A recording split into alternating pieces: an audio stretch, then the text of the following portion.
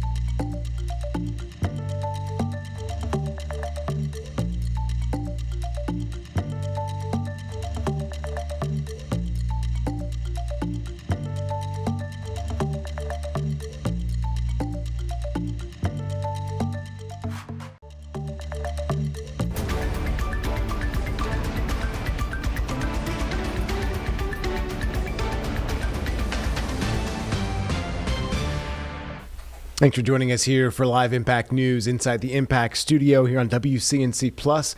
I'm Colin Mayfield. We've got some news for the next 2 hours, as we do almost every single day for you. We're going to start, though, with the Mecklenburg County Sheriff's Office speaking a little bit earlier today, that is, about Arena's law that's now been in effect more than a week, making it harder for bail reform, or I guess I should say taking a look at bail reform, making it harder for certain individuals to leave a jail type of situation in a violent crime like what we saw during Zarutska's death. So we're going to get more from law enforcement as they have some concerns that has been brought up because of this law and being on the books for longer now than a week. We're going to go to this in their press conference now. Regarding Irena's Law, House Bill 307, and its impacts on the Mecklenburg County Sheriff's Office. Just one in-house rule. We're going to let all our speakers speak first, and then we'll have a time for questions at the end. We'll conclude with a tour of Detention Center Central. For now, we're going to start with Sheriff Gary McFadden.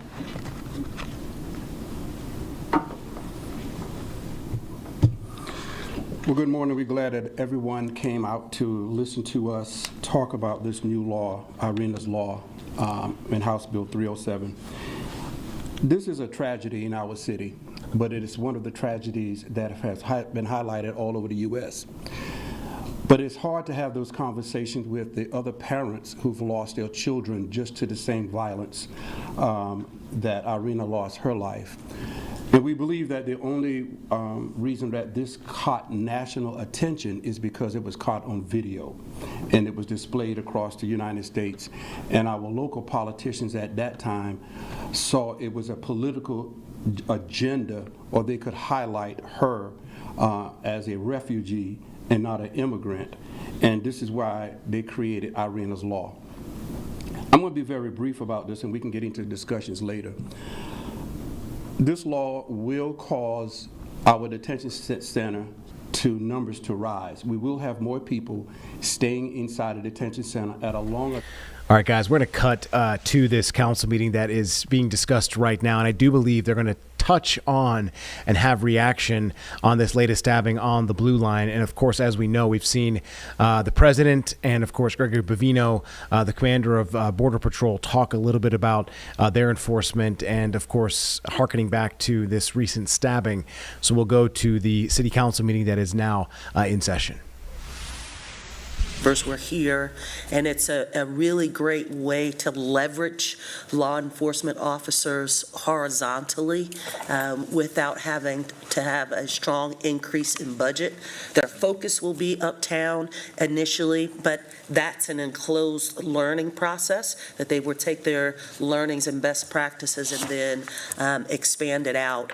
And so you will see a different presence uptown across the board in all 4 wards. And I think it's really important. And I've gotten some feedback from community members that they feel really good about that. Having said that, though, with the issues that just occurred on the light rail, yet again, we are understanding that public safety is critically important, and it does not simply equal law enforcement officers. We welcome the collaboration. That will help, but that's not going to get us across the finish line. We need a plan, a strong plan that emphasizes a variety of different key areas, including mental health and how we can leverage mental health services with other agencies across the state and the region.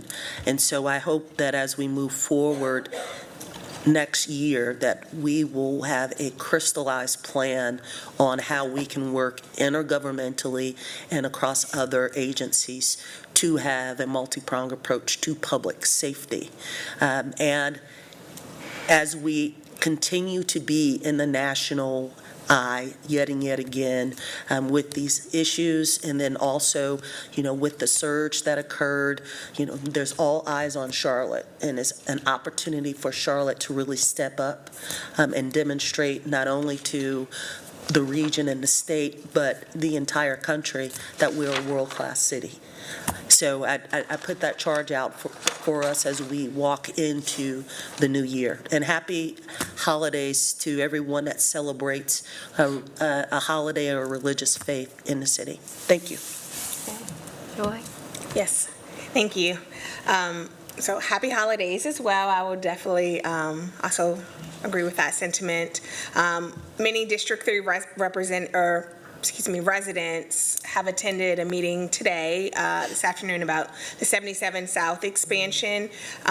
So glad that I was able to bring additional comments and concerns so that residents could talk directly with the consultants and various engineers to understand how the different options, particularly for MAP 2, 3, and 8, could impact residents. So I do recommend, if anyone has not already put that input in, for NCDOT, that they do that as soon as possible, so that it is on record your opposition or your approval of which map and why. I think that is imperative, that we're thinking through how do different options impact legacy residents and future residents. So hoping everyone is taking the time to really look through those maps and think through how do we ensure that all Charlotteans are part of this progress that we're seeing. Victoria?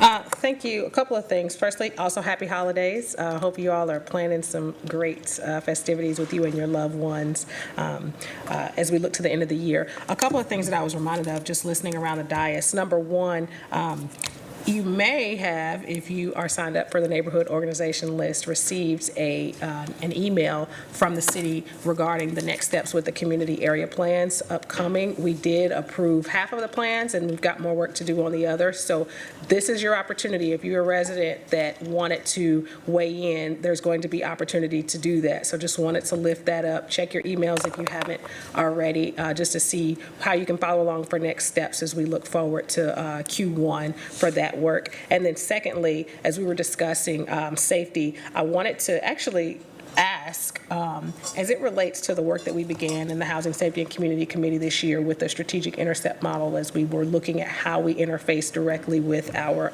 intergovernmental partners, we had launched the work not only for what we were doing within the city, but with the idea that our partners at the county and the state would also be participating. So I wanted to lift that back up because I don't want it to be lost in the sauce, because one of the follow-ups from that was actually that we were going to have some sort of joint strategy session. And as we talk about our strategic planning, I didn't see it on the calendar as listed as something that was specifically joint, but that was the opportunity that we were looking to really get more granular on what we were going to do in terms of a safety response, particularly how we better support and advocate for the proper mental health services at the state and federal levels. So wanted to definitely make sure that as we plan for our strategy retreat, that work is continued. Thank you. Thank you, Madam Mayor. Thank you, Councilmember Watlington, for bringing that intergovernmental work. At our last BGIR meeting, Sean Heath and the team presented all the recommendations that were gathered from our partners, whether that's DA's office, the county, nonprofit partners, as well as our judicial system in terms of what we need to help us be successful in addressing crime in our communities. I know the plan is to present that at our retreat because as we are discussing our state and federal legislative agenda, we want to make sure we have specific slide just on public safety with specific ask from our state legislatures. So some of the items that's part of our agenda, for an example, is requesting more resources for our DA's office, because even with additional positions that were included as part of ARENA's law, it still puts us at 65 to 70% capacity, not where we should be at 100% capacity. So we do need to discuss this, and really at some point the mayor had suggested us writing a letter, and I think that's a great idea with specific ask on public safety, because I don't see this as a partisan issue, because we all want a safe city.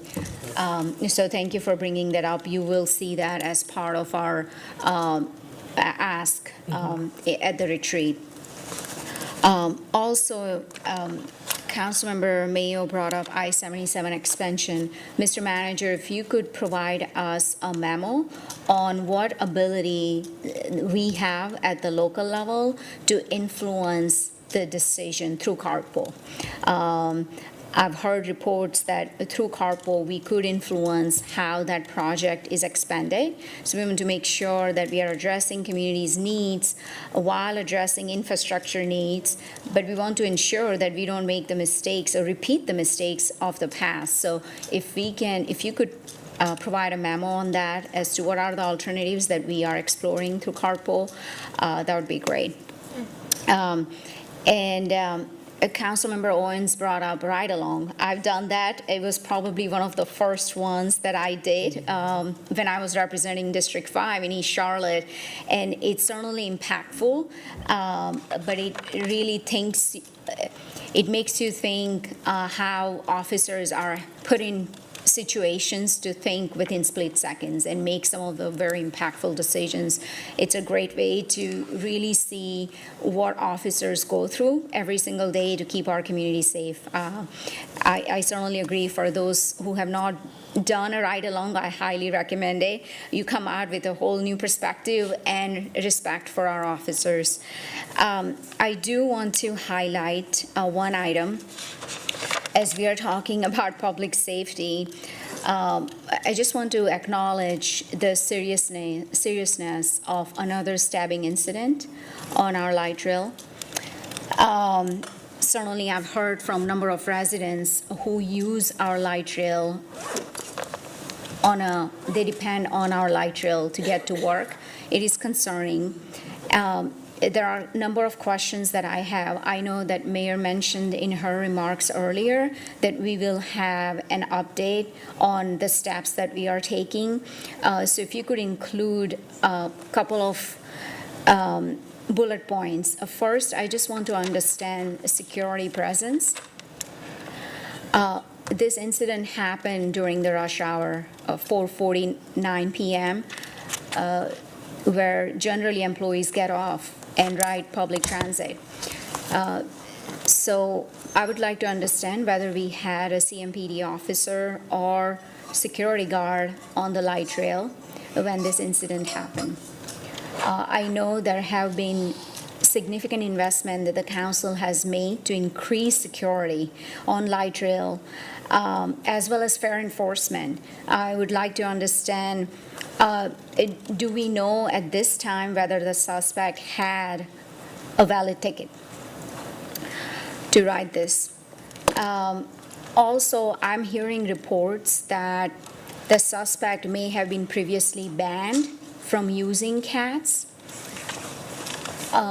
So if you can help us clarify if that is accurate, and if the suspect was indeed previously banned, why was he allowed back on the system? And how are we enforcing those bans? And I look forward to having an update on those specific questions. And, you know, I just, we have seen our ridership. You know, there are people that do not feel safe, especially students who ride our public transportation system who does not have an alternative. So we need to do everything that we can to restore the confidence in our system. So if you could provide an update on that, that would be great. Okay. And lastly, I just want to wish you all a happy holidays. Thank you. Thank you. All right, so the Mayor Pro Tem. Can we start at one time? We wish you a Merry Christmas. Y'all ready? Oh, no. Okay, we're not going to do that today. I'm ready for Not today, okay. So citizens will be rehearsing. More to come. First of all, let me agree with all my colleagues to say that be safe this holiday and spend time with family and friends, and rejoice and pray for a successful 2026. I think this council have done a lot of work in 2025 and more to come. On a personal note, if I may, Mayor and Council, December 9th, tomorrow, the third African-American female went into space. She spent 13 days at the space station to repair the robotic arm. I want to congratulate her. This celebration 19th year. Joan Elizabeth Higginbotham, better known as my queen. So happy anniversary, and ready to go to closed session, ma'am? Oh, no, just a minute. I want to do this. Okay. James and I had an opportunity to be at the Sarah Stevens Tuesday morning program. And in that, there was a list, I believe Kimberly, you were there as well. And Malcolm. And at the end of that, I was given a 4 or 5 page list of concerns with various communities that you've mostly spoken about. And so I want to make sure that as we're doing this work, that we really understand that our people are smart, they know what they want, they know that we can do it, and I think that what I've asked the manager to do is to take those, I think it's 4 pages, and look at it and see how it fits in for our retreat, and what does it mean when people come to us and say, we have a plan for what we ought to do, and we put this plan in motion, or explain why it's not in motion. I think that, again, people are really engaged, and I think through that process, it will be helpful. It's like, I think, as you say, the community programs that we have and lists, I think that people want to understand what they mean for us, for them, well done. But I would hope that we'd be able to put some of that together before we come back from the retreat. And then the other thing I would say is I'm going to take a few days off. James Mitchell is going to have such fun. Oh, wow. Because I'm going to go visit my grandchildren for their holiday. It's a great opportunity to have. I know several of us have grandchildren, and we love them greatly. 2 and 3, well, Bishop as well. And I think that I wish everyone to take a time to enjoy their families, to understand how important you are to our city, and the work that we can do and start fresh ahead. So with that, do I have a motion to adjourn? So moved. Second. Motion and a second, and all in favor? Closed session. Go to the closed, I wasn't forgetting that. I was just closing the book for the adjournment. Now let's go to the closed session. Hopefully it won't be too long. Make a motion to go to closed session. All right, we need a motion from the city attorney. So the motion, Mayor, the motion is to go into closed session pursuant to NCGS 143-318.11A3 to consult with the city attorney to preserve the attorney-client privilege in the matter of Brenda J. Brothers joint venture versus City of Charlotte, Mecklenburg County Superior Court Civil Action Number 25CV 032102-590. Okay. We have a motion and a second. All in favor, please raise your hands. All right, thank you, everyone.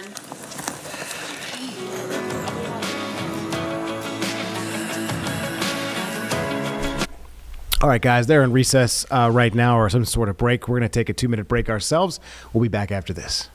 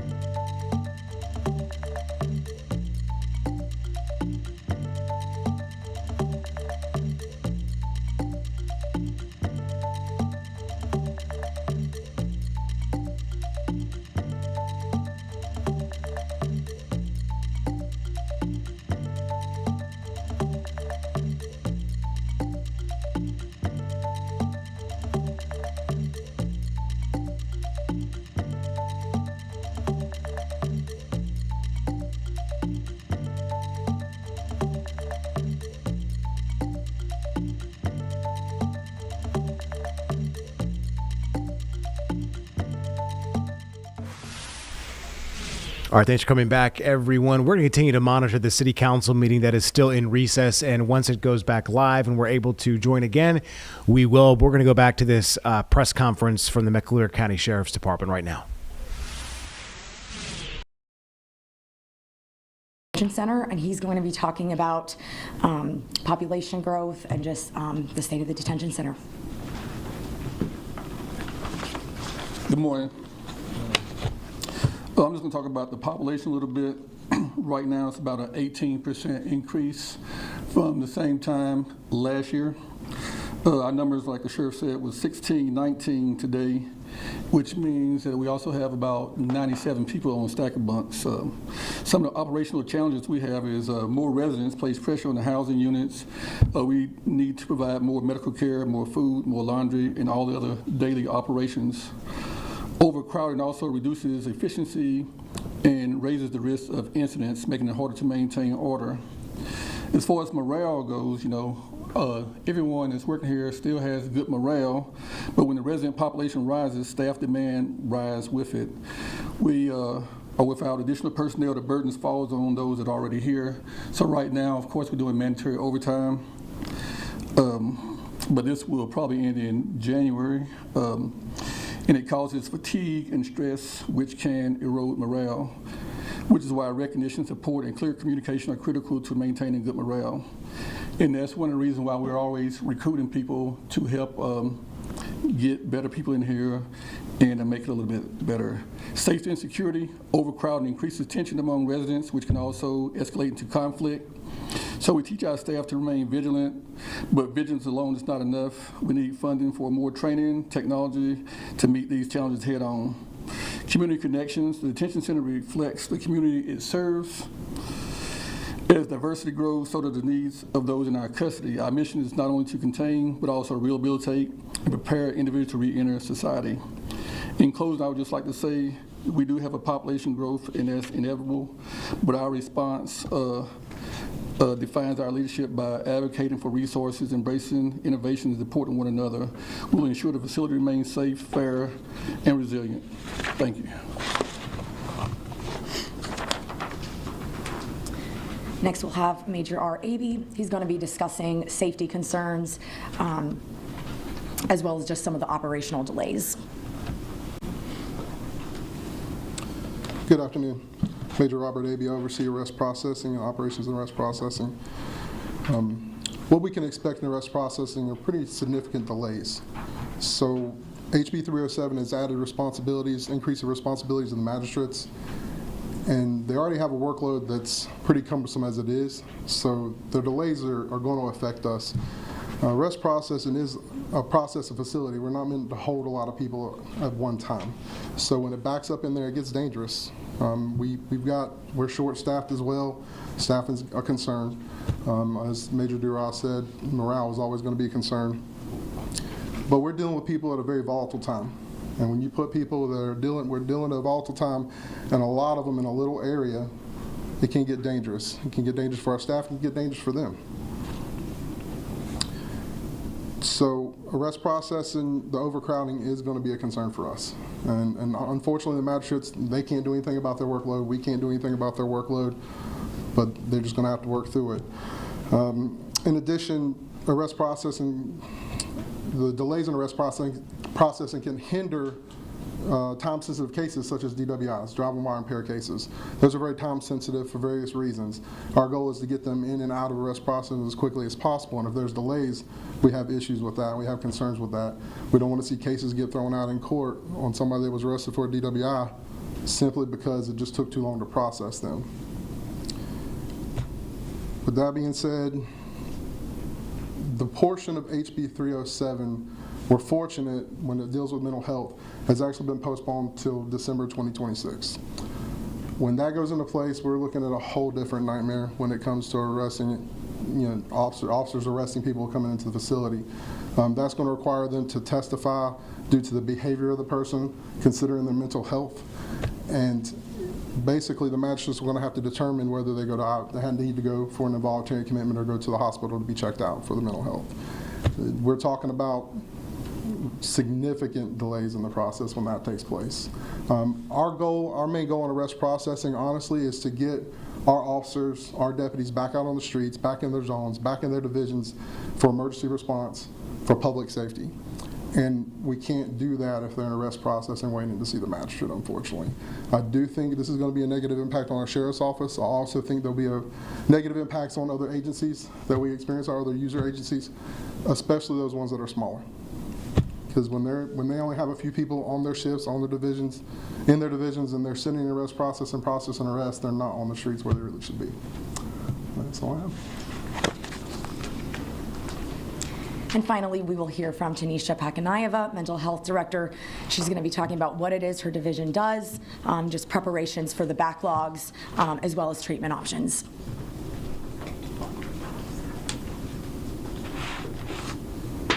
Thank you so much, and good afternoon, everyone.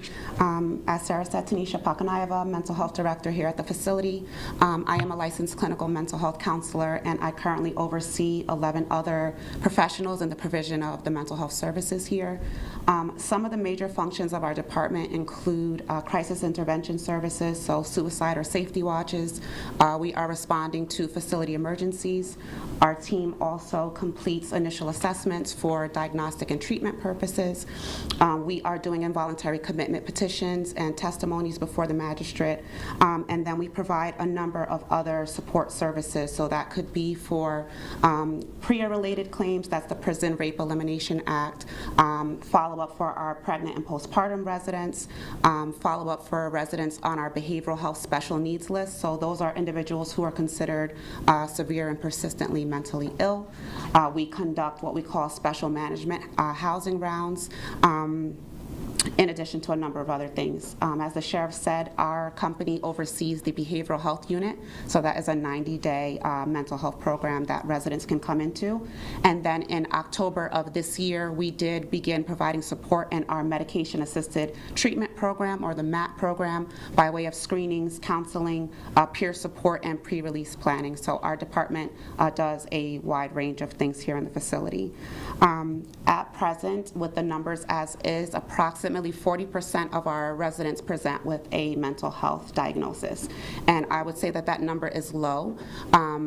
Not every resident that comes into the facility is capable of saying, hey, I consent to treatment, and is willing to engage with us. So there are currently people here in our facility that won't engage, but our team is very much aware that they have mental health needs. So if we do experience a population increase as a result of House Bill 307, our department is definitely going to be impacted. I can foresee larger caseloads for our clinicians and more demands on them. Right now we have 3 full-time facility clinicians, and they do a lot on the day-to-day, so we can just see that going up. We anticipate a potential rise in the types of crises and the number of crises we're responding to in the facility. And then we do anticipate some backlogs and delays. So right now we try to afford our residents timely mental health care within certain deadlines, but an increase in population would mean that it may take a little bit longer for us to get to those things. Of greatest concern for our department is how we will manage individuals who come into the facility and they're not able to engage with our on-site treatment team in a meaningful way. So right now we are relying on the involuntary commitment process to support and service those residents, but right now we have issues with that process. So our community hospitals are often limited with bed space. Our community hospitals do not have the ability to house and treat individuals with violent histories and charges. So that's already a challenge. So I can only imagine with larger numbers here how that challenge is going to grow. Over the last 60 days, our department has done what we can as best as we can to prepare for some changes that may arise as a result of the new bill. That has included just educating our staff about what changes could come about and making sure that they are prepared. We have prepared our staff who work on what we call the program side, so they are in the behavioral health units, making sure that they are trained and prepared to work on our facility side, so responding to crises, helping with initial assessments. We've gone ahead and onboarded what we call PRN, or as-needed employees, so to come in and support on the days when our caseloads are higher, and they'll continue to do so in the future.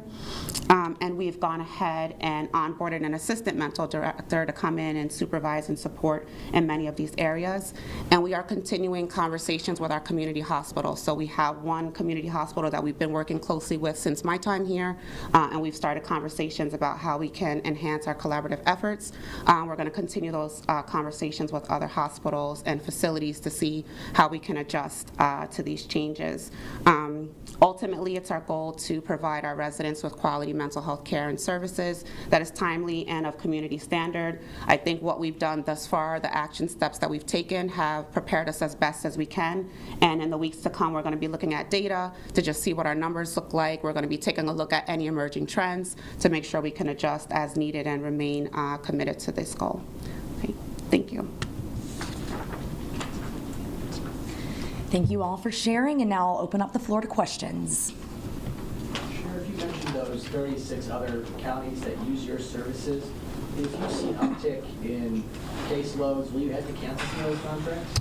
Well, the contracts, from my understanding, is a 25-bed capacity, so they will probably go on a waiting list. We haven't got to that conversation yet, but that is one I want to write down.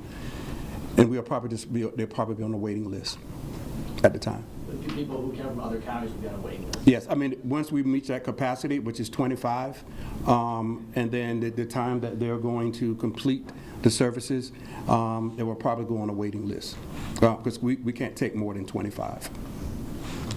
Sheriff, why help 36 counties if you're already having staffing problems and added stress? Everybody has staffing problems. We're not unique. But when the state sees that a program like ours have worked to help people throughout the state, we believe that all of the other sheriffs would have joined in and said, well, if Sheriff McFadden takes the western part, they take the middle and the eastern part, we believe that they would have helped. But what do we do if we don't help? And so having that program and knowing that we were successful, we took it on, and not knowing that the lawmakers in Raleigh was going to do anything like they did with House Bill 307.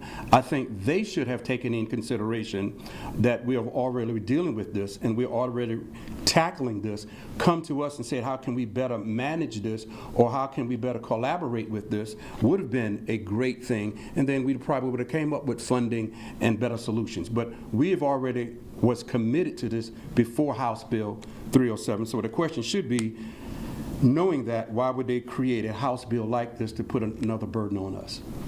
So House Bill 307 has been around for a week now, and given that, do you have any numbers or data that show the real impact here at the detention center so far? Well, if we are increasing by 18%, or we can say the numbers have went up from 1525 to 1618, that is an increase. The last time I saw it, in the middle of the week, and we wanted to look at it, it went up 118 residents more than we normally would have. So you correlate the 18% increase to Arena's law? Yes. Sheriff, you mentioned more resources and funding are needed. Can you kind of specifically target maybe like one area you would need to be, I guess, targeted? Money. Funded. And resource is a word that everybody uses. Well, resources. Okay, well, we're talking about funding right now. And funding and more resources would be that if you have some people that could help us clinically, the state should have looked at that and brought that to us. But funding is it. You're not talking about creating something with no funding. You want us to build a team, but with no funding. So just build a team and then just walk away from it. So that's what I would say. Resources where we could ask, can clinicians come in, help us? When they saw it, now they have a knee-jerk reaction, say, okay, stop. We will do it in 2026.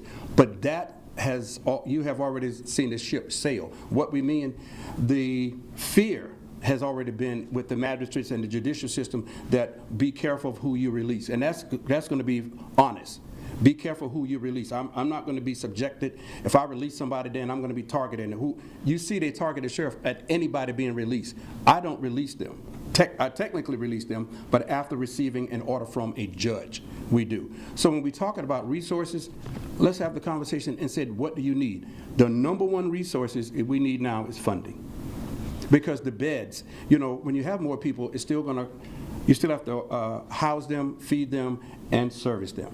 What would you put that funding toward, right away, first top item? Staffing. Better pay for staffing, more staffing for my facility. Staffing. Do you have an idea of how many people currently in the jail are either waiting for determination of capacity of whether they continue in trial or are currently receiving treatment to try and reach the capacity to continue in trial? Do we have a guess on that number? You said like 40% have a mental health diagnosis, but obviously within the court system there's kind of a distinction. Yeah, I don't have that information at this time. But I mean, you think about if maybe staffing would, back to your question, maybe staffing would bring somebody in to evaluate all those people inside a detention center. But again, you're going to have to talk about where they are willing to engage with us, willing to engage in saying, yes, I have a problem. No, I don't have a problem. That would be a resource that we'd ask to bring some people in and let them go through and say, well, Mecklenburg County has 60 people that need treatment. That would be another resource that we would ask for. That 18% is year over year, correct?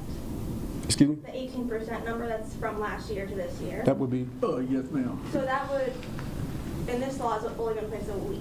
So are there other factors that are driving that population? Poverty, mental health, education, nutrition, time of year.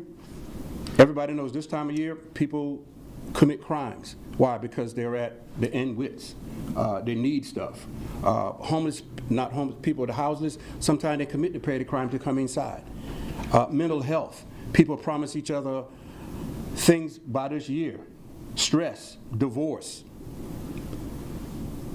SNAP, immigration. All of this causes us to go into a crisis. And so crisis causes crime also, and those crimes come inside. Major, I know you were talking about the arrest processing. On average, like in this past week since this... All right, guys, we're going to take a quick 2-minute break. Of course, we'll have more news for you right here on WCNC Plus after this 2 minutes.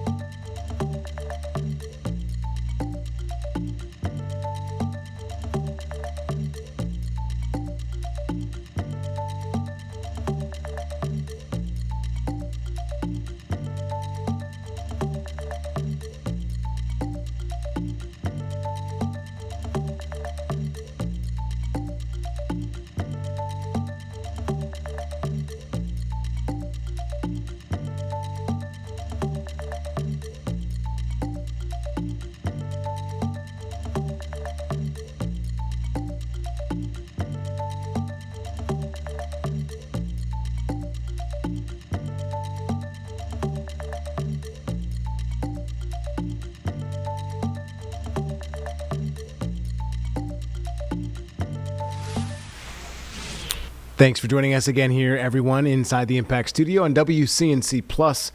I am Colin Mayfield. We're going to go to Secretary Duffy and Secretary Kennedy, both talking about making travel family friendly again. That's the title of this press conference as they gear up for the holiday travel rush, of course, which is not too far away. We'll listen into this press conference right now. I want to thank everyone for coming today. I'm here with Secretary Kennedy, content creator Paul Saladino, content creator Isabel Brown, and the CEO of Farmers Fridge, Luke Saunders. We're going to talk about health and airports in just a moment, but President Trump has frequently talked about ushering in the golden age in America. And I'm talking about ushering in the golden age of transportation. And so a lot of times I'll hear complaints, and I take them to heart. There's cancellations and delays in our airspace. And so just to review, I've talked to you all about this quite a bit, but we have hired more air traffic controllers. We're up 20% year over year right now hiring more controllers. I've also asked air traffic controllers who are about to retire to actually stay on the job. We'll pay you a 20% upfront bonus if you don't retire. Again, bringing more air traffic controllers to make sure that we have less delays and less cancellations. You've all heard about our old, antiquated air traffic control system. It hasn't been updated for decades. We have already transitioned a third of the fiber or the copper to fiber. A third of it's already been done. Last week, we hired an integrator that's going to do the work of moving us from analog to digital, deploy our radios, voice switches, and our radar.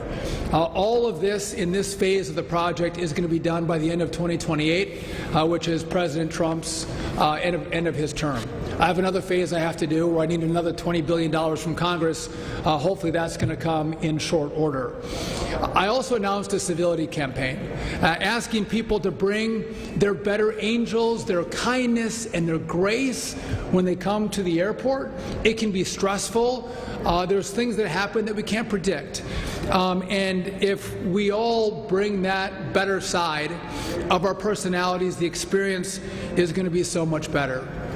As we come into the Christmas season, as a guy who had 9 kids, I know when you travel with kids, you can't always predict how they're going to behave. And sometimes when you take off or you land, your kids can become upset. And I would just note that parents, when we travel this Christmas season, who are going home to see families, they're doing their best to make sure they're comforting their kids who might be upset. I would just say let's offer those parents who are doing the best they can a little bit of grace if you have one of those upset children on your airplane. I know the parents would appreciate that. But as I've asked, what can Americans do as they travel to make the experience better? The response has been, well, what are you going to do to make the experience better for us? And that's what we're here to announce today. So I'm announcing at DOT that we have $1 billion in funding for grant programs to make the experience better in airports. And it's pretty wide open on what airports want to ask for a grant. But it might be, I want to expand the play areas for kids.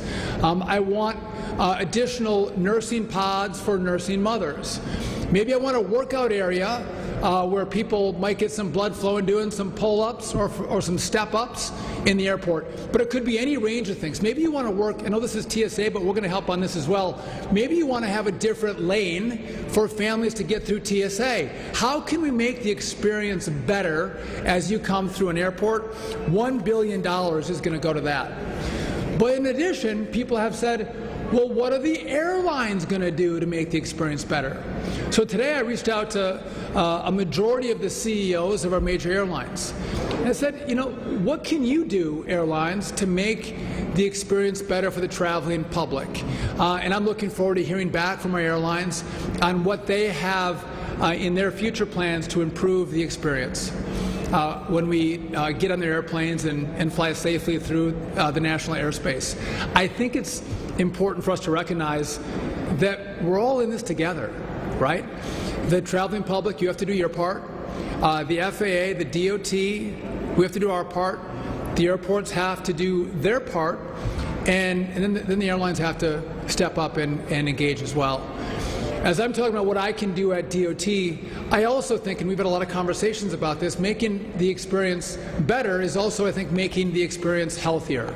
And do we have healthier options in airports as we might spend an hour, we might spend 5-8 hours on airplanes and in airports, and there has been no better leader on trying to make America healthy again than Senator Kennedy. And I'd like to turn the mic over to him to talk about what they're doing at Health and Human Services. Secretary. Thank you, Secretary Duffy. I want to thank you for your commitment to making our airports healthier. We both work for a boss who wants to make America, wants to be the most family-friendly president in at least modern history. Sean has 9 kids. I have 7 kids. We both know what it's like to travel in the airport. There's 3 million Americans a day who go through airports, and it's not, in the past, it has not been a healthy experience for them. I fly typically over the past 30 years, probably average 250 days a year in airports, and I can tell you that this is where healthy diets go to die. The food that's available in the airport, a lot of it tastes very good, but it's not very good for you. It's deep fried food, it's sugar bombs, it's ultra processed foods, and all of them are going to leave you sicker than before you ate them. And one of the things that Secretary Duffy is encouraging these airports to do is to open up new options like the one you see behind you, Farmer's Fridge, which actually provides really healthy food for travel so that you arrive feeling invigorated and robust and healthier. Another experience that I've had with all these kids in airports is the availability of nursing spaces, nursing pods, nursing rooms. All of the ingenuity of corporate America, all the resources, all the resourcefulness has not produced an infant formula that is superior in nutrition and all the qualities that we want to the infant formula that God made, which is the infant formula in a mother's breast. We at HHS are encouraging mothers to breastfeed as long as possible because there is no better food for your brain, for your gut microbiome, for your physical growth, for your emotional growth, than what's in God-given breast milk. And this airport has some very, very good, impressive facilities that we just toured, but a lot of airports are not very family-friendly in that sense. And one of the projects that we're hoping that the airports will spend money on is improving the experience for mothers who want to travel with their babies. And then finally, to give people, Americans, particularly children, the ability to have physical activities in the airport, have playgrounds. Our kids today, 1 out of every 5 American kids is obese. About 75% of our kids are not meeting the minimum for daily physical activity. Our children are spending, on average, more than 5 hours a day on recreational screen time. And we got to give them other options. Part of that is our fault. We need to give other options to our kids so they're exercising, they're moving their bodies, they're developing their physical coordination, they're developing their physical confidence, and all of the good qualities, character qualities that come with this. So I'm very, very excited. HHS is very excited about working with our companions over at the Department of Transportation and Secretary Duffy and helping to develop these alternatives that are going to make flying more friendly, but also the travel experience healthier for every American so that we can make America healthy again as the President has directed us. I would just note on the President Trump side, he has encouraged all of the departments to work together, to collaborate together, because he knows when we all work together, we advance his agenda even further. And I'm grateful for him, and I'm grateful to you, Senator Kennedy. I started a conversation. My daughter pointed out a video from Dr. Paul Saladino, where he was complaining about there was no pull-up bars in airports, which prompted me to call Secretary Kennedy to give me Paul's number to start the conversation. But he's been a leader in thinking about what do we have for food choices, but also movement choices in airports. And so I'm grateful that he's here today with us, Paul Saladino. Thank you, Secretary Duffy. It's good to be here with you both. When you think about it, airports are one of the most sedentary places that we are as Americans. The traveling experience in general is probably the single most sedentary thing that we do, between sitting in an Uber to the airport, sitting in the airport, waiting for your flight, delayed flight, sitting on a flight for 3 or 4 hours, getting to your destination, sitting in another Uber.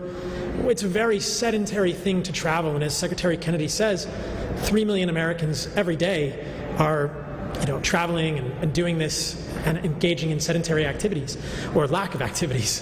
What we know very clearly is that when we are sedentary, this is bad for us as humans. Even one single hour of sitting in inactivity can create vascular dysfunction within our bodies. 2 to 3 hours of sitting, not moving at all, can increase inflammatory markers in the human body. We know that less than half of all Americans get a recommended amount of activity, and that 70+% of Americans are obese and overweight. Between being overweight, metabolic dysfunction, and the level to which we are sedentary and inactive as Americans, these are directly linked to the things that kill us most as Americans, to cardiovascular disease, to diabetes, to obesity. And yet, a lot of this could be made better. As someone that travels a lot for my own work, I know this firsthand. I'm in airports traveling to podcasts or make videos to share information with people across the country, and it's hard for me to be the weird guy in the corner doing air squats or doing a handstand. It's not really encouraged in airports to do that kind of stuff. So I love Secretary Duffy's intention to make airports more understanding, but I also am super excited about the possibility of getting mini gyms, little airport workout spaces for humans. We know, according to a 2025 study, that over $190 billion of healthcare spend is directly attributable to inactivity in Americans. That's a staggering number. What if we could create small spaces for humans in airports, for Americans in airports, to get mini workouts? You don't have to get super sweaty, but what if we could put pull-up bars and dip bars and parallettes for push-ups or for L-sits? If we could put boxes for step-ups, maybe put some treadmills for people who want to walk near their gate. We can put some bars for stretching. We can put yoga mats and maybe some rolling pins for people to move their muscles. Anything to get people moving, maybe some exercise bikes. These would be a massive step in the right direction, and it's such a huge thing that we could do for Americans. Whenever I talk to people about this, they're super excited. Anyone I've talked to about the idea has just been, they smile, they get excited. Oh, a mini gym in an airport? That's great. I would use that for sure. I think if we could pair this with healthier food options, unprocessed foods, unprocessed meat, unprocessed plant foods, we could really help all of these millions of Americans every day that are traveling. So I want to commend Secretary Duffy and Secretary Kennedy for spearheading this effort. I mean, $1 billion of grants to help airports improve the quality of health for travelers every day, including mini gyms for all of us to move. This is incredible. We've got a pull-up bar set up behind us here, so I'm definitely going to get some pull-ups in with Secretary Duffy and Secretary Kennedy after this. But that's what that's there to signify, guys. The beginning of movement spaces for humans in airports. Hopefully we'll start with DCA and Dulles, but I'm excited to be a part of this. I'm grateful to be a part of this. I'm humbled that a piece of content that I did could have been seen by Secretary Duffy, and that we could be a part of bringing this actual valuable resource to Americans throughout the country now. So I'm super grateful to be a part of implementing this and amplifying this message. And again, I want to commend Secretary Duffy and Secretary Kennedy for spearheading this effort. I think this is amazing. Modern life is not set up for us to be healthy as humans, but let's keep making small steps in that direction so that we can all become healthier, and then that directly leads to us being happier, more gracious, and more caring with everyone around us. So I'm super excited to be a part of this effort. Thank you both for this opportunity. Well done. Thank you, guys. So I hear my wife talk a lot about, again, she traveled all throughout having our 9 kids, and she would always complain about the lack of facilities when she wanted to nurse. And it's maybe a little odd for, three guys to talk about nursing and options for nursing. But Isabel Brown, who's a content creator, a young mother with a young baby who travels all the time, is one of many moms who have reached out to complain about the lack of facilities that actually operate, facilities that are clean. And so I've also heard that from young mothers. And so I want to turn it over to Isabel Brown to talk about her experience and maybe what we can do to improve the facilities for nursing mothers. Absolutely. Thank you, Secretary Duffy, Secretary Kennedy, and the entire Trump administration for your leadership on this and this opportunity as a young woman to express the utmost importance of our ability to serve our children. In all my years of science education, I don't think we have yet figured out a way for men to breastfeed. So thank you for having a young woman's voice here. In many ways, as I have traveled the country day in and day out as a content creator, author, and speaker on college campuses nationwide, I've come to discover over the past few years that our culture has often developed a disdain for young mothers and our babies traveling. But the very nature of our very interconnected culture demands travel for young families every single day in America. It can be incredibly disheartening to see the rolled eyes and visible annoyance and anguish when we sit down with our babies on an airplane seat, but that pales in comparison to the jarring lack of support that many airports across the country provide for breastfeeding moms and baby-friendly spaces. The law does technically require every airport terminal to have a nursing room, but the context of the law says nothing about whether that space is clean, clearly marked, or actually monitored and maintained. So I've often found myself stranded in airports across the country trying to nurse my child when I'm on the go, or trying to pump and take it home with me safely, and seeing that outlets don't work, that there's no sink provided, the lights don't turn on, the door doesn't lock, and more often than not find myself resorting to an experience that I would much rather have avoided in the first place. And broader data tells us that the environment nationally is just not working for breastfeeding moms when they are on the go. A national survey from this year of more than 3,000 breastfeeding moms found that 55% of us do not feel supported in public places across our country like airports, and 81% have resorted to pumping or feeding in their car. Myself and many, many, many of my friends have, as a result, found ourselves feeding our babies or trying to pump while sitting uncomfortably in a noisy, messy bathroom stall. When moms feel uncomfortable in airports, we're not just imagining it, it's the infrastructure that is still patchy, it's inconsistent, and it's not designed with real families in mind. This leadership that we're seeing from Secretary Duffy, Secretary Kennedy, and of course President Trump speaks volumes about our desire to revive the American family today and encourage young women to embrace the beauty of motherhood. I find no coincidence that as our public spaces often fail to accommodate for young moms and our beautiful children day in and day out, we're often seeing the lowest fertility rates that we've ever seen in the last few years in American history. As we work to rebuild a culture that supports the entire parenting experience and encouraging young people to embrace the single most important vocation we possibly can experience in bringing new life into this world, we also must embrace this sacred responsibility to help moms feed our babies. I'm so excited about this Make Travel Family Friendly Again initiative and the leadership that we're seeing from Secretary Duffy, Secretary Kennedy, and President Trump in just that, and can't wait to see the American family continue to thrive. Thank you. So much. Thank you. I was talking to one of the staffers at the White House late last week about this initiative. She was wildly excited because she said, you don't know how many nursing pods they've gone into where they're dirty and the electricity doesn't work. And if you could give us more, but also make sure they're maintained, as Isabel just mentioned, so important. We've also talked about making sure we have healthy options here and on-the-go healthy options. One of those is Farmer's Fridge, a healthier option for you if you have to grab food as you're switching between flights or you're coming a little later to the airport. Shame on you if you are coming late to the airport, but if you do come late to the airport and you have to grab something quick, Farmer's Fridge gives you a healthier option than maybe some others in the airport. I'm pleased to have Luke Saunders, who is the CEO of Farmer's Fridge, to talk a little bit about what he's doing and the health options he offers to America. Thank you very much, Secretary Duffy and Secretary Kennedy. I'm Luke Saunders, the founder and CEO of Farmer's Fridge. I started the company 12 years ago because I was a frequent traveler. I was a traveling salesman on the road every single week, and I could not find healthy food options on the go.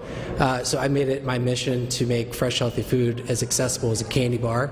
We started in a shared kitchen, a couple locations. Now we have over 2,000 fridge locations across the country. We partner with a lot of retailers, but we service over 30 airports in the United States. So I just can't say how much I appreciate you guys drawing attention to the need for more healthy food options in the airport, especially fresh, unprocessed food. We still do everything like we did on day one. We get whole fruits and vegetables in, chop them up, cook them, mix them, and bring you Farmer's Fridge 7 days a week, especially at the airport. So thank you guys for your support. All right, so we are willing to take a few questions from the press. If you have any, just some ground rules. I'll take your questions, or for anyone here, as long as it's on the topic that we're discussing, what we're doing for travel, for airports, for healthier foods.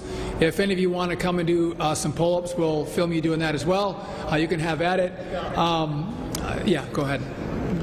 Tim Carney, Washington Examiner. What feedback do you guys have any access to feedback from parents of what they actually want for kids? For instance, I don't know that my kids want to eat salads when they're traveling. What is the demand that parents have at airports that's not being met? Well, and I can pass that to someone else if they want to take it, but I do know that a lot of parents feel like as they're entertaining their kids, there's cell phones and iPads, and Senator Kennedy mentioned that. But if you have a space where it's fun and clean for your child to burn some energy, we all know kids have a lot of energy. If you can give them a space where they can play and have fun in an airport, I think parents would prefer that option.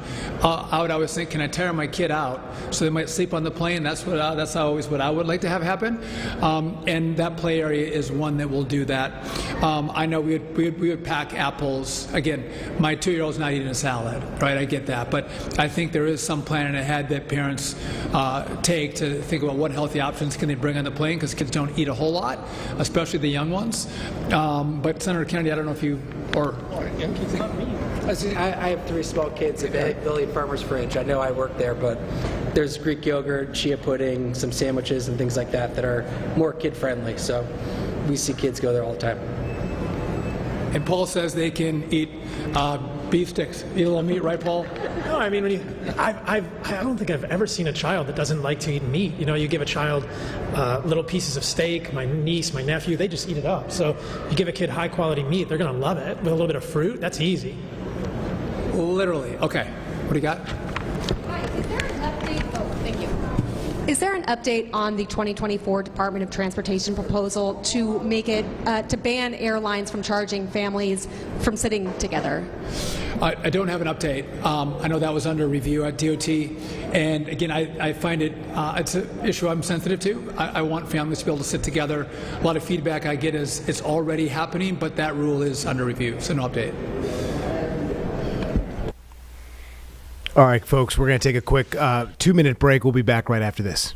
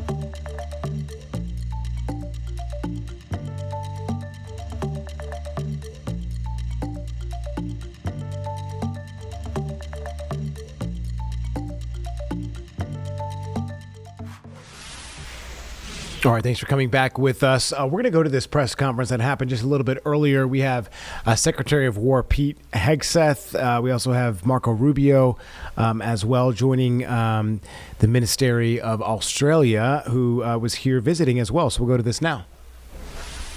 Thank you. Thank you for covering us here today. I want to welcome our colleagues from Australia in this ministerial meeting. It's the first one that I've done as in my time here in the last year. Obviously, the same is true for Secretary Hegseth, and I want to welcome both the Foreign Minister and the Deputy Prime Minister for Defense for both joining us here today. This is an incredibly strong alliance. In fact, as we were discussing a few moments ago, it is our only ally that has fought with us in every war over the last, certainly over the last 4 or 5 decades, and we're very grateful to them for that. And this is a very strong partnership. It's a strong alliance, and what we want to do is continue to build on it. We think we have a lot of momentum behind this alliance, coming off the visit with the Prime Minister here in October, which we also had a chance to participate in, and in follow-up events to it.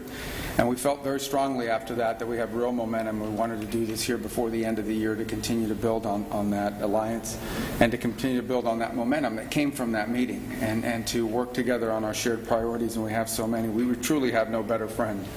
In addition to that strong alliance, we're also deeply committed to the Quad, the concept of, in conjunction with Japan and India, the building out of this Quad, which is something you'll see. In fact, it was my first meeting as Secretary of State. I had been confirmed, sworn in downstairs, and came right up on that elevator and into this room. And it was in this very room that I did my first event as Secretary of State with the Quad.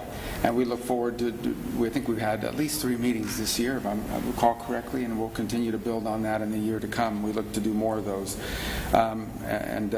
So we have a lot of things we've worked together on. At the direction of the President, AUKUS is full steam ahead, as he said, and I know the Department of War, Secretary Hegseth will discuss that further, has conducted a review, which it's a review about how we can expand this relationship, about how to build on it, so that it can be about many things. And I know we've also signed a landmark critical mineral framework agreement.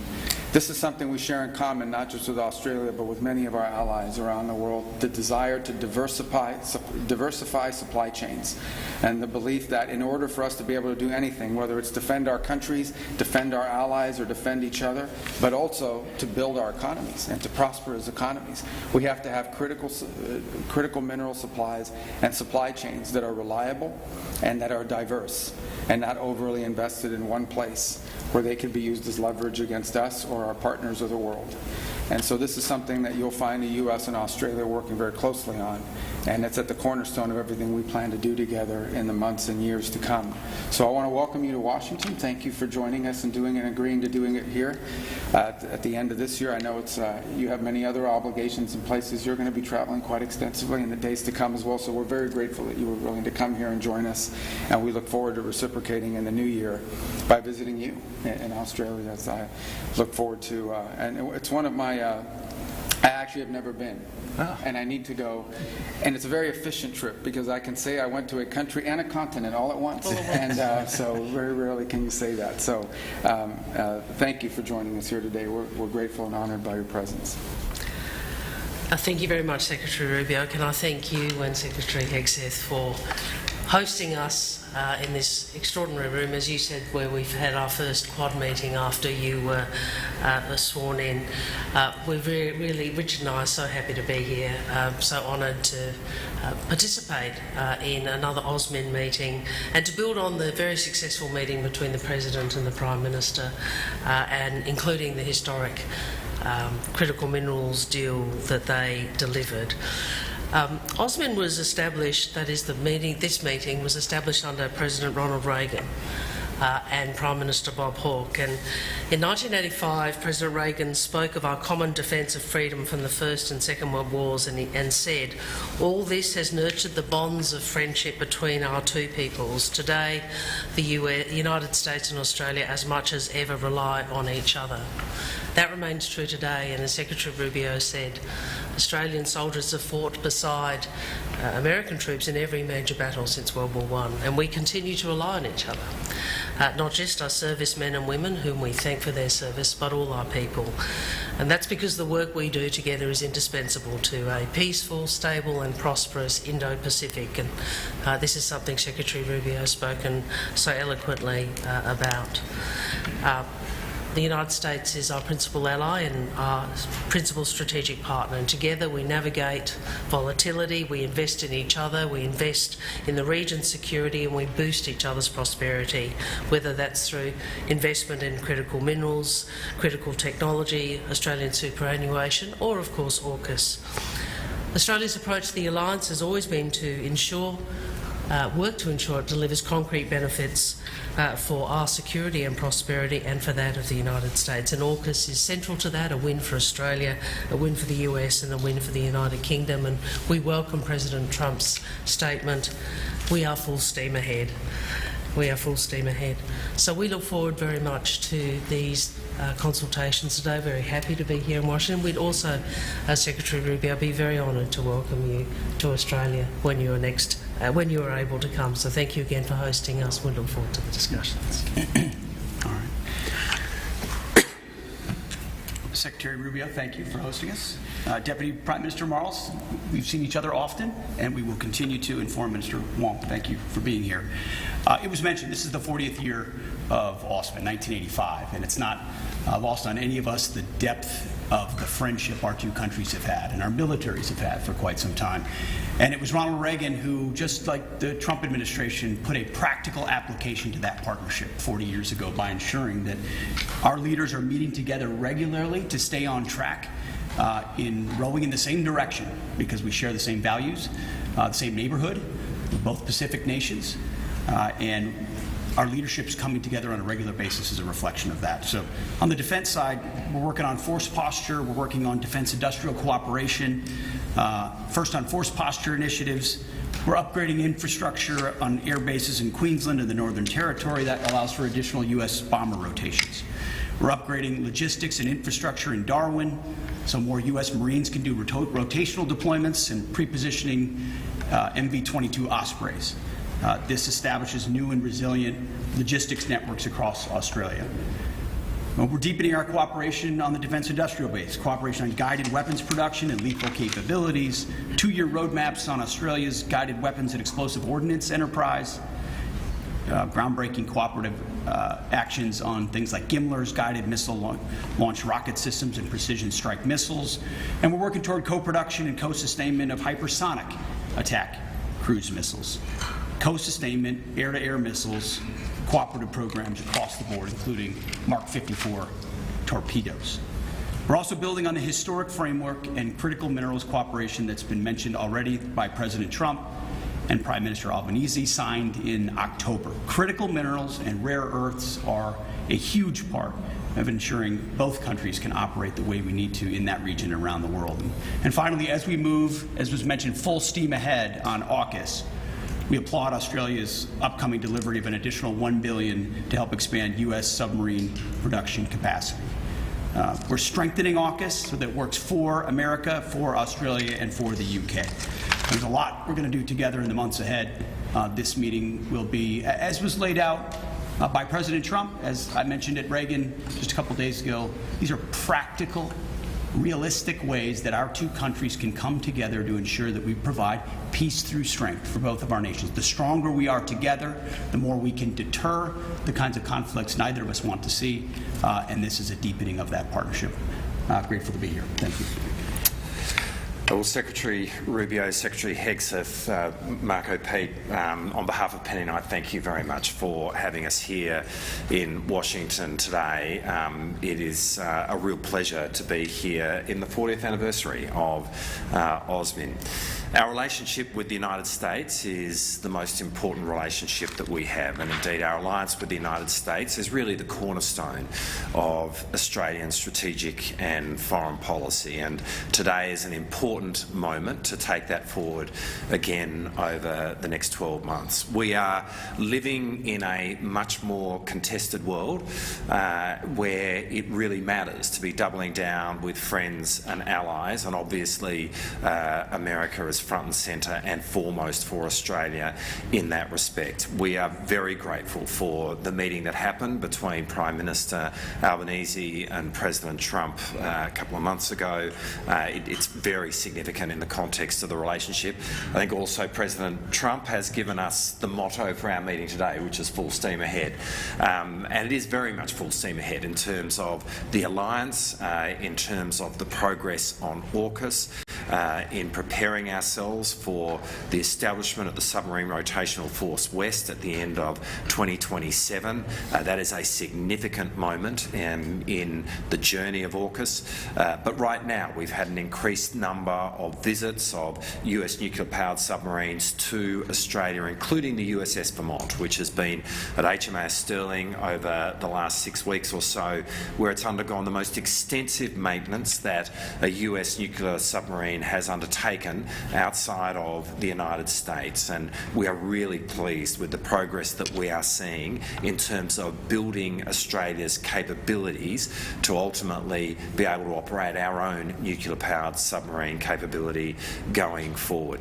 At every AUSMID meeting that we've had since 2022, when Penny and I first started attending these AUSMID meetings, a central part of what we have sought to do in the defence space is to increase the US footprint in Australia. And this AUSMID will be no different, as Pete has just taken you through, be it infrastructure which enables greater bomber rotations in Australia, or be it what we are doing in terms of enhancing logistics capability of the United States in Australia, having more American equipment be stored in Australia, for example, the Ospreys. These are just examples of what we are doing across every domain, air, sea and ground, but also space and cyber, to have the most extensive American force posture that we have seen in terms of the breadth of that in the Australian continent. And that is so important going forward, to make very clear in our region that Australia and America stand side by side in working together to contribute to the peace and security of the Indo-Pacific. As we meet today, there are almost 900 Australian servicemen and women who are embedded in the United States Defence Forces across the US. Indeed, the deputy commanders of the US Army, the US Navy and the US Air Force in the Pacific are all now institutionally Australian. And that is an example of the degree to which our two countries work so closely together in respect of defence. Penny and I are really looking forward to taking our relationship and our alliance again forward in the meetings that we have today. We're working really well with this administration, and we are very excited about working with you, Marco and Pete, to take the alliance forward into the future. Thank you. Thank you very much. Thank you. Thank you. What do you think of Australia's ban on social media for children?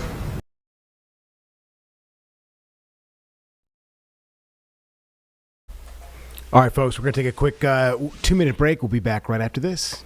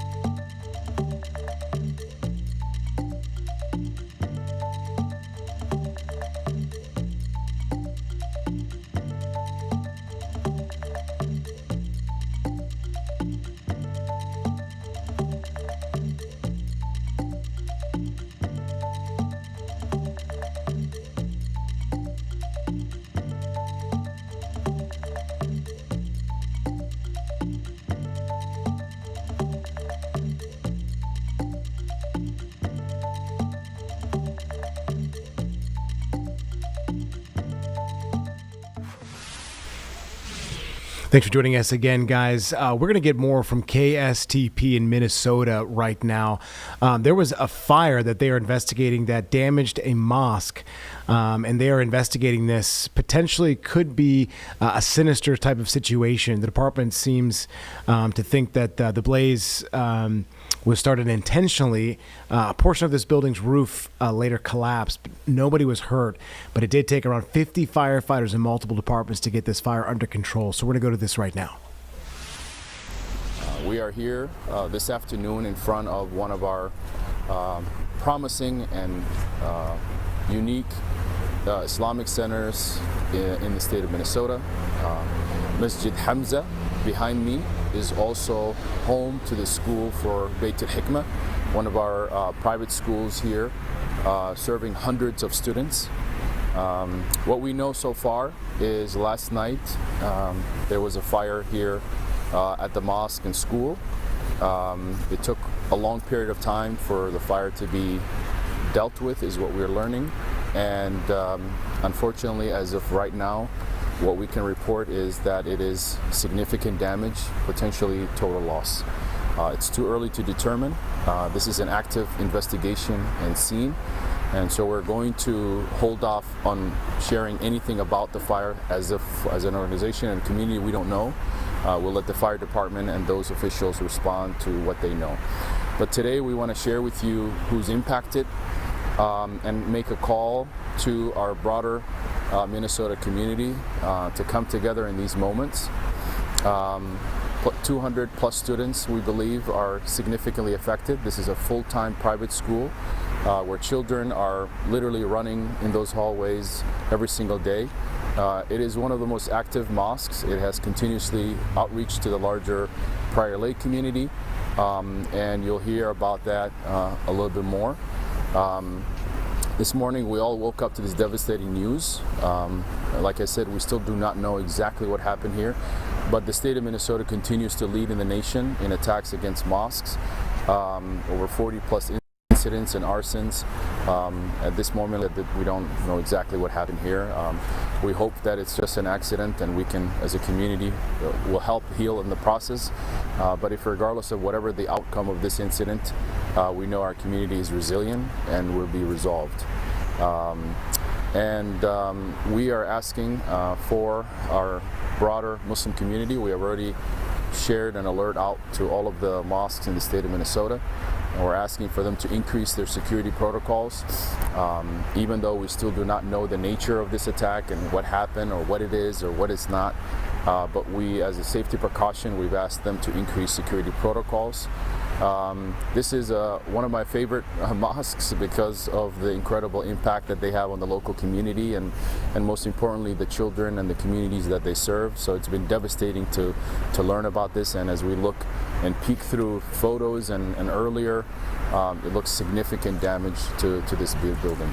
We're asking for the community to support financially. If I can get the QR code, there's an effort here on a QR code that folks can scan and to help with the process of rebuilding this beautiful mosque and community and school. And so right now I understand that there's a lot of stories outside about what's been going on to our community in general. We don't want to speculate anything at this moment as of until all the facts related to this matter are discussed by the law enforcement.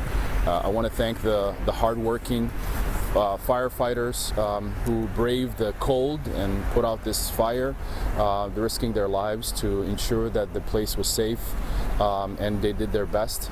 We know that thankfully no one was hurt, which is the best news today we have. A building can be, at any time, can be rebuilt. So we're asking for the generosity of the state. We hope that you can think about this community in this time. And we will continue to update as this particular case and incident gets resolved or we learn more. So with that, I want to turn over to one of the leaders of this mosque, a board member, Brother Tawheed. Can you say and spell your name for us? I am Tawheed Khan, Touhid, last name Khan, Khan. Good afternoon, and thank you all for being here. Earlier today, our mosque our sanctuary, which is also the home to our school of more than 200 students and serves as our community's central gathering place, suffered a devastating fire. While we are deeply grateful that no lives were lost, the emotional and spiritual impact of this tragedy is immense. For our congregation, this building is far more than bricks and walls. It is where we gather to worship, learn, celebrate milestones, support one another through hardship, and teach our children the values that guide our lives. For our students, it is a second home, a place of safety, friendship, and growth. For our wider community, it has long been a space of outreach, service, interfaith dialogue, and compassion. Seeing it damaged so severely has shaken our community and our school family. Parents, teachers, and students are heartbroken. Many of our elders who built this institution by hand are grieving deeply. And yet, even in this painful moment, we are witnessing incredible resilience and unity among our members. We are asking the broader community, our neighbors, friends, and partners from all walks of life to keep us in your thoughts and prayers. Your support means more now than ever. As we begin the long process of healing and rebuilding, we will need help, emotional, spiritual, and yes, financial. Anyone who wishes to support our recovery and help us rebuild a safe home for our worshipers, our children, and our community programs will have opportunities to do so. We will be sharing verified channels for donation and updates as soon as they are available. Today, we are reminded that buildings can be damaged, but faith, unity, and community cannot be destroyed. Together, we will rebuild, stronger, safer, and more committed to serving our community more than before. Thank you. Now we'll have a couple of our community elected officials. We'll start with the mayor of Prior Lake, Kurt Griggs. Thank you so much. Wish I was here under very different conditions. Again, my name is Kurt Briggs, K-I-R-T-B-R-I-G-G-S.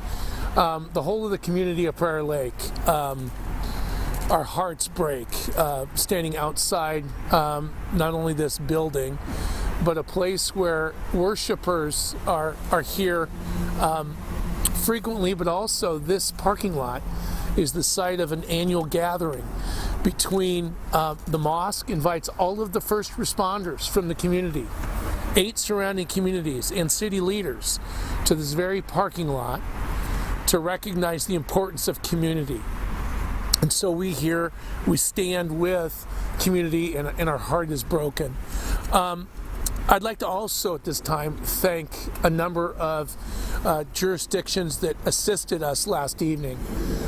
As you know, the fire was first called in at shortly after 2 a.m. this morning. Prior Lake Fire was here shortly thereafter, but then had respondents from the Shakopee Manitowoc Sioux community, City of Lakeville, City of Savage, City of Shakopee, City of Jordan, all responded to offer aid to not only our firefighters, but here to the mosque. And for that, I'm very grateful. So again, as we await what will be a thorough investigation by ATF and our state fire marshal to further understand what were the issues that brought this to be. I'll set, of course, any of those conversations and pieces aside to focus on the fact we can be thankful for there were no injuries yesterday, either anyone within the mosque and or to our brave firefighters who were out here at, I think it was 9 degrees shortly after 2:15 a.m. this morning. Thank you. Now we'll invite Senator Lindsey Port and your elected. Good afternoon, everyone. I am Senator Lindsey Port, L-I-N-D-S-E-Y-P-O-R-T. I represent District 55, which is Burnsville and Savage. Obviously, this is a terrible reason for us to come together and want to send my deepest condolences and support to the community here. When I heard the news, really, all I could think about was the 200 students who have nowhere to go to school today, whose just normal everyday activity of children going to school is now turned into a really devastating loss for the whole community. I want to encourage our communities, as we do a really good job of here in the South Metro, to come together and support the residents and our Muslim brothers and sisters here at this mosque with financial support, with emotional and spiritual support. This is a devastating loss, and no matter the reason, there is going to be required community rebuilding. I hope that we can come together in this moment to support our Muslim brothers and sisters as we find out more about this, but as we really dig into the support that will be needed over these next days, weeks, and months to rebuild.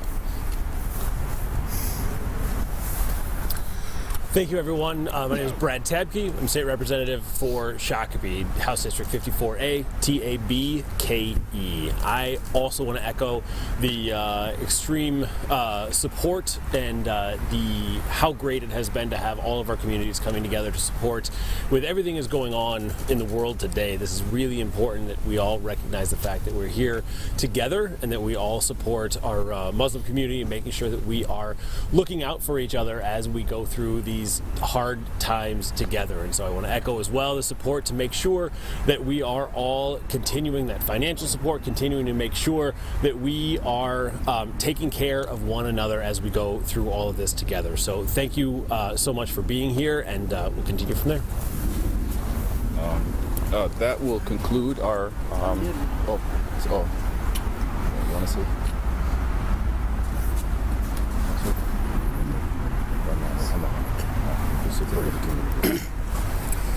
I'm Imam Hassan Jama,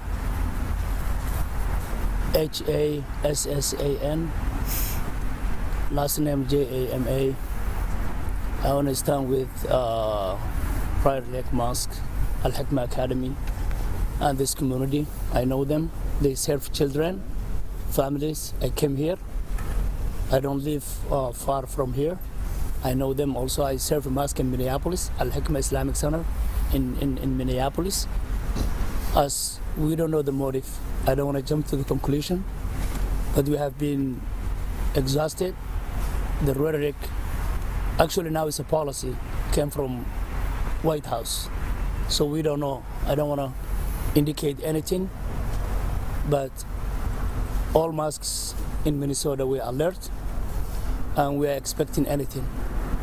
Since the policymaker in this country attack and single out one community in Minnesota, I want to ask all Minnesotans, our neighbors, our colleagues, to stand with us and to support us.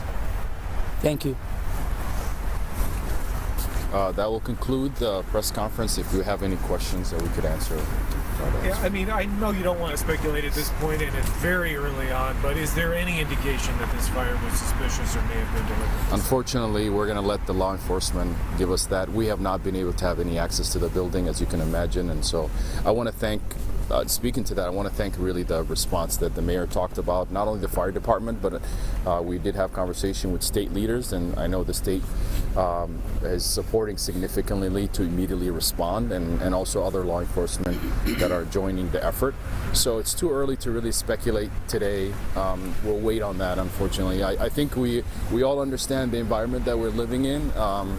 We're not immune to that, but this moment, we wanted to share as a community what this building means to us, who's really impacted, the incredible children in the community. And this is one of those mosques that I think the mayor talked about as well, but others, that is fully invested. And it's also in the heart of a neighborhood. I know many of these neighbors have reached out, and some of them were outside looking last night and reaching out. So for Prior Lake and for the broader southern metro Muslim population, this is a significant blow to us. But we will recover, and in this moment we're asking for Minnesotans to do what they can.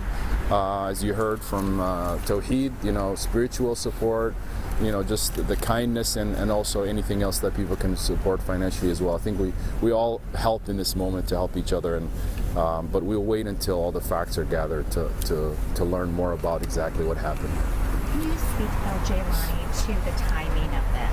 I mean, it is, beyond coincidence, clearly, or one may rationally assume the connection to the president's comments. I mean, it's going to lead a lot of people to go there. Right. How are you exercising the restraint to not go there, or you just don't? Well, I think we're doing everything we can to ensure that our community is safe. So we did remind our leaders today, even though what the details of this particular incident are not known yet to us, but to increase security. That was a standing protocol long before this particular fire, and now we're just asking for that. We're asking for law enforcement across the state to ensure that they're working closely with their mosques. So that is a call that's standing. We know that there's a elevated fear of anxiety toward the Muslim community in Minnesota, and that's not new. That's been part of the main story that we've been dealing with for the past week and a half.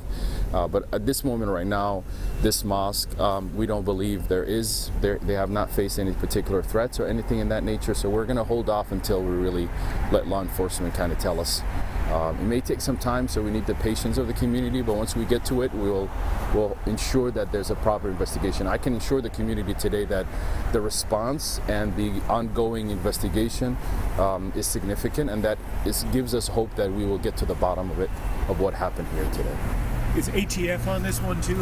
But I think that could just be natural response to a fire like this. It's a significant fire, so not speculating anything based on who's here today, but we'll wait until we learn all the details. So the state fire marshals. Yes, the state. Yes, they. I don't know who the lead agency yet. Oh, they are. Okay. Yeah. Okay.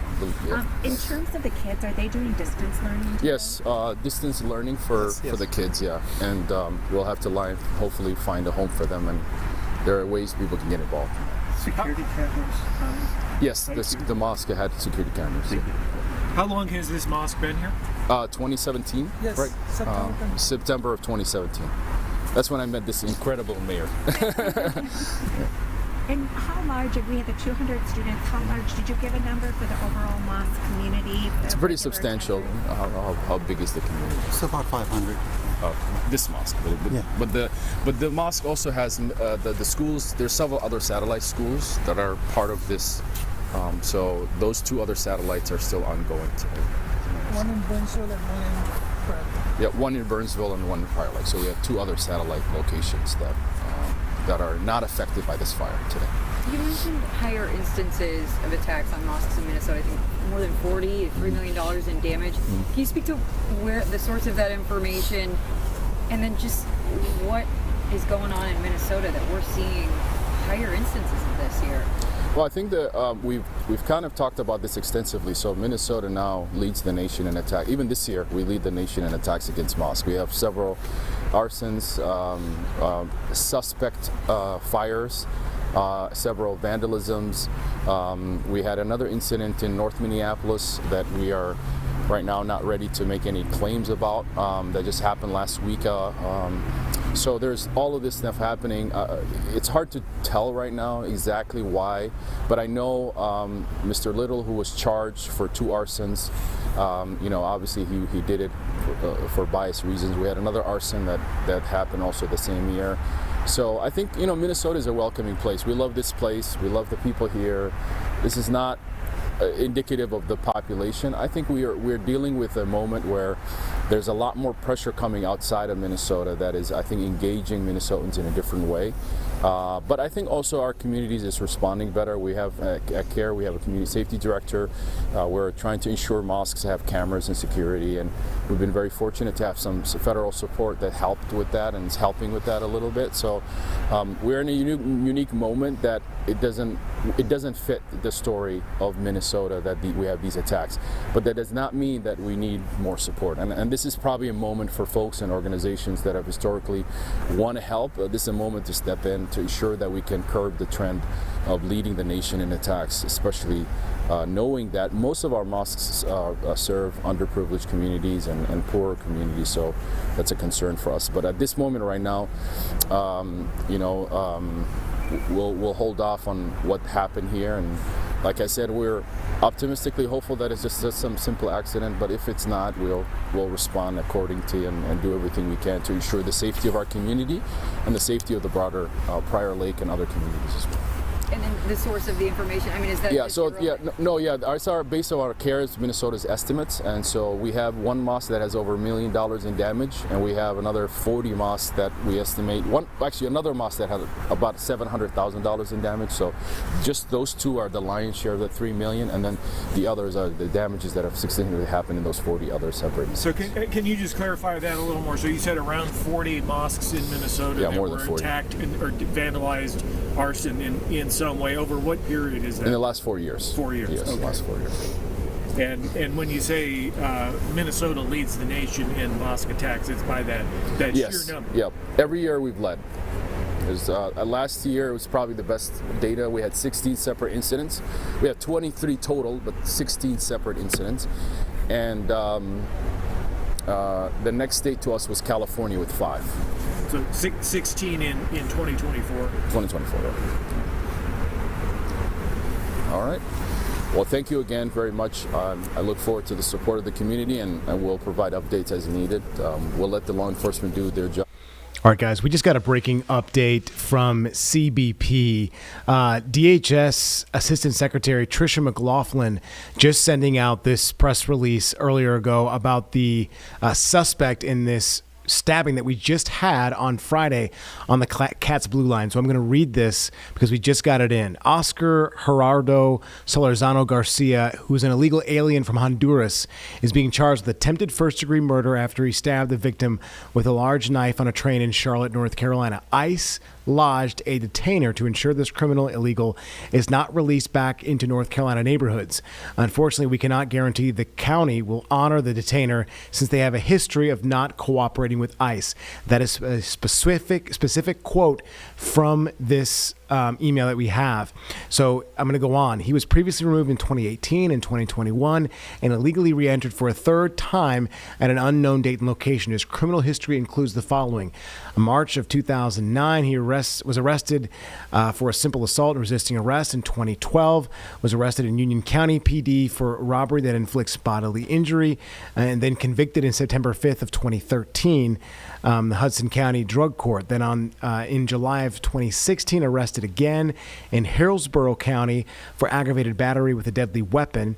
In 2017, arrested again by the same sheriff's office in Florida for resisting an officer, false ID given, and a fugitive loitering or prowling. And then in 2017, he was resentenced for a robbery by the Hudson County Superior Court in New Jersey to 3 years of incarceration. So this gives you a little bit of background, specifically from DHS Secretary Tricia McLaughlin, the Assistant Secretary, just sending this out to our news agency. We wanted to break this and give it to you as this update was just given to us. Again, we'll have all the latest information for you tonight at 11 on WCNC Charlotte.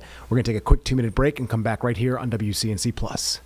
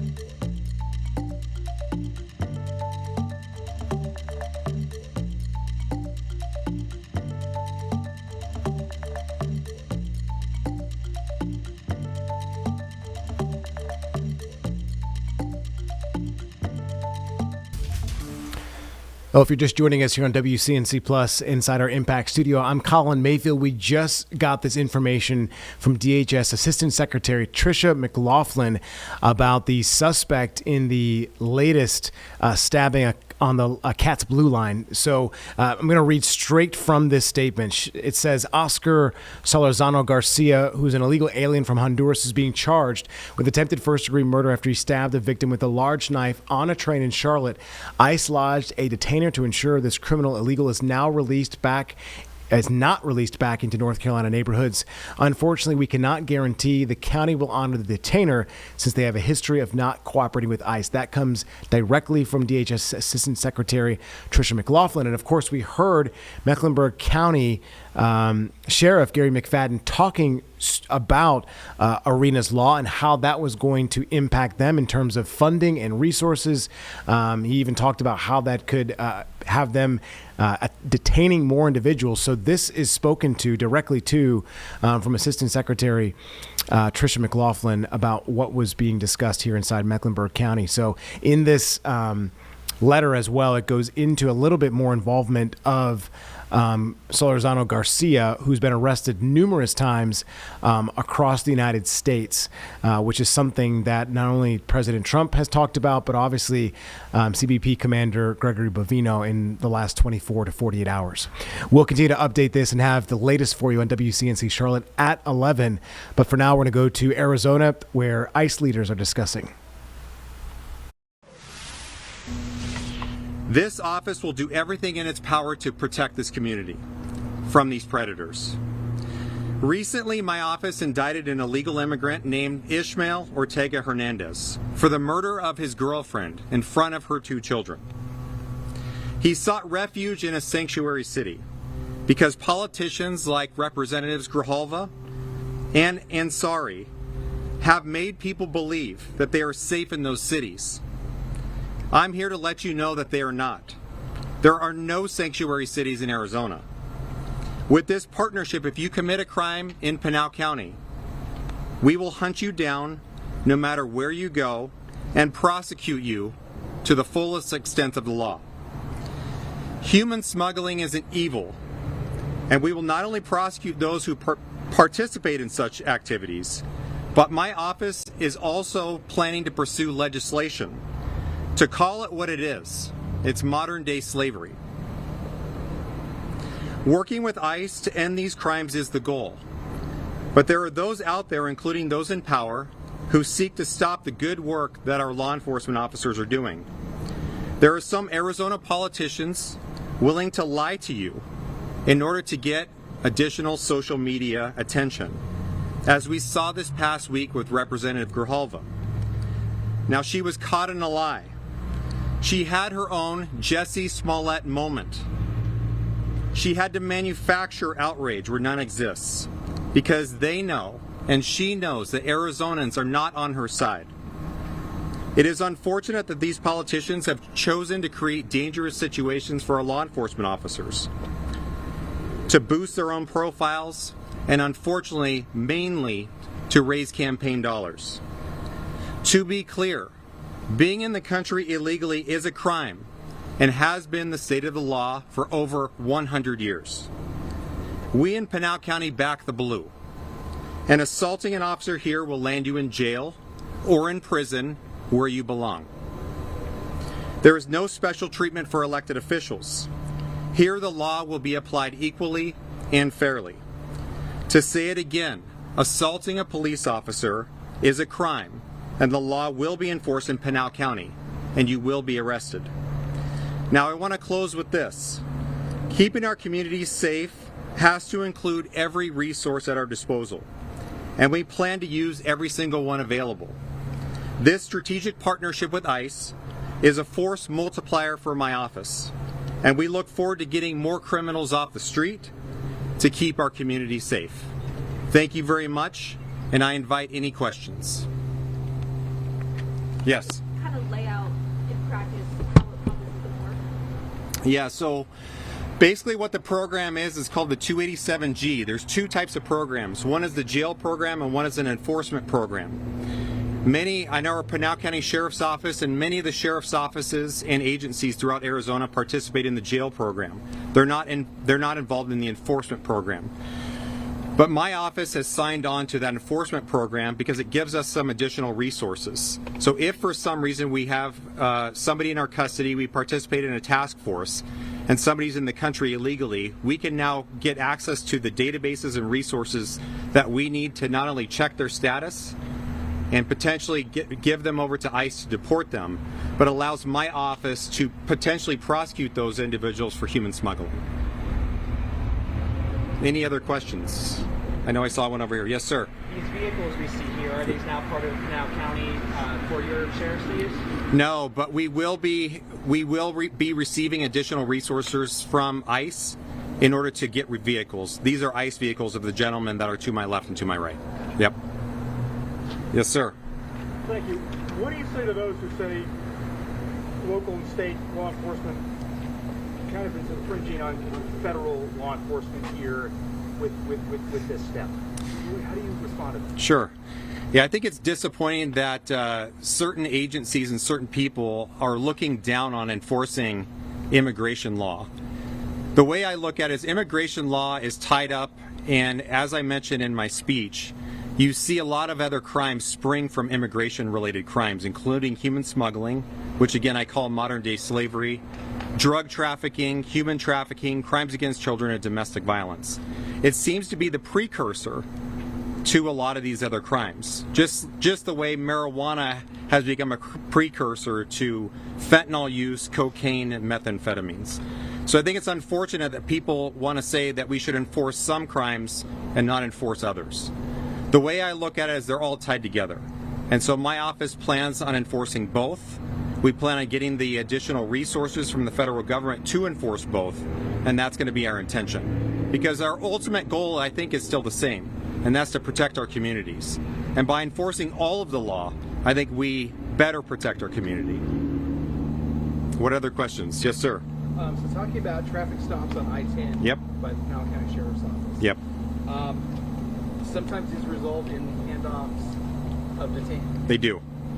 Do you know at this point how many of those stops have resulted in handoffs? I can't name the exact numbers, but I know the last operation by the Pinal County Sheriff's Office, I believe, resulted in well over 100 different stops. I don't know how many of those individuals were handed over to ICE, but I can get you that information at a later point. But also to emphasize, because we've signed on to this agreement and are now actively working with ICE, there will be many more of those, and we intend to continue those. But we will also put out the statistics about what we find and who we find. So you'll be getting more information from my office soon. And how confident are you that these kind of freeway stops are legal? Well, we know 100% that they're legal because we follow through our process. When we receive a case from a sheriff's office or from any of our agencies, we don't just immediately charge all of those cases. That's why we have a backstop. We have a couple of those. My office looks at those, and we have a very high and exacting standard about what cases we actually charge. And that standard is the reasonable likelihood of conviction. We don't just look at the probable cause standard, which is your basic standard to conduct a vehicle stop. We have to ensure that we're actually going to get a prosecution at a jury trial. So that's one of the backstops. The second backstop to ensure that due process is followed through is we also have a grand jury. The reason why we have a grand jury is we have people from our community coming in here and examining what my office is doing on a daily basis to make sure that we are following through on people's due process rights, that we are doing things correctly. And that grand jury sometimes tells us no. And we appreciate that. We're glad that they're in that particular position, and that's what they do. So we are not violating anybody's constitutional rights, due process rights, because we have multiple ways to ensure that we're complying with the law. Does it matter that their due process rights are being violated if they're being pulled over and turned over to ICE almost immediately? They don't even go through the county court system? Yeah, we often do joint training with our law enforcement agencies, and oftentimes my office, since we're the county attorney's office, conducts training. And our basic training talks about what the standards are for a traffic stop. And we expect our law enforcement agencies, and our law enforcement agencies also respect people's rights. We're not just pulling people over willy-nilly. We're making sure that we're doing things correctly, we're following the law. Because if we're not following the law, then who will be? We need to be above board. And so I think what you'll see in our prosecutions and from our law enforcement agencies here in Pinal County, I can't speak to the other ones, but we ensure that we are following due process rights, people's due process rights, and we are following the law always. I know I saw another one. Yes? Yeah, I mean, when you talk about the resource that you'll be getting, are you going to be reassigning people already within Pinal County to be working on this? Will you be getting resources to have people through DHS come in? I mean, how is the staffing going to work on that? A little bit of both. So we will receive, the president has signed an executive order to ensure that resources come down to communities who do sign on to the 287G agreement. So we will be receiving financial resources to conduct some hiring. But in addition, we will also be my office will be part of some of those task forces for that enforcement side. And we're doing that for multiple reasons. I think one of the main reasons is we need to know what's happening in our community. If our officers and our people don't understand what's happening in our community, where the drugs are flowing, where the trafficking is occurring, where the accidents are occurring, then I think we're being negligent in protecting our community. And so we use that as our eyes and ears, or for lack of a better term, boots on the ground, to see what's actually happening, where it's happening, so that we can shift resources to those areas. We also have intelligence agents that work for me. So we know which areas of the community are problematic, where those crimes are occurring. And so part of our enforcement mechanism of joining those task forces is to better understand where the crimes are occurring. Are you able to give us some more numbers, like specifics on the amount of resources? I mean, how much money will it be? How many cars would you get? How many staff? Like that kind of stuff? Yeah, we can provide that information to you later. We've signed a memorandum of understanding with the federal government with some of those things, but all of those numbers are not solidified yet. What we really wanted to talk to today was announcing that strategic partnership with ICE. We 100% support them. Unfortunately, not a lot of some other politicians in Arizona don't. We certainly do. And so we want to make sure that the community knows what we're doing and that we will be enforcing the law. Yes, sir. So, I mean, can you go into more details to like what other kind of operations? Like, is it going to be going after just anyone who's undocumented, or just No. So what we're looking for specifically are violent crimes, the crimes that I mentioned: human trafficking, drug trafficking, human smuggling, domestic violence, and crimes against children. That's the focus of our office, because we believe that it's a very small percentage of the population are committing the most violent, dangerous, egregious crimes. And those are the crimes that we're going after. That's going to be the target of those particular task forces. Yes, sir. So does Attorney General Mays know about your initiative? And if so, what is her response? I have no idea, and I don't care. We're the top law enforcement officer in Pinal County. We enforce the law in Pinal County. The Attorney General has no jurisdiction. All right, guys, that is our 2 hours coming to an end. We do want to let you know that we do have a Panthers special tonight at 9 as things gear up for the Panthers and the playoffs. Obviously, sitting in first place in the NFC South. So we'll have more tonight for you, not only tonight at 9, but at 11 on WCNC Charlotte. We'll see you then.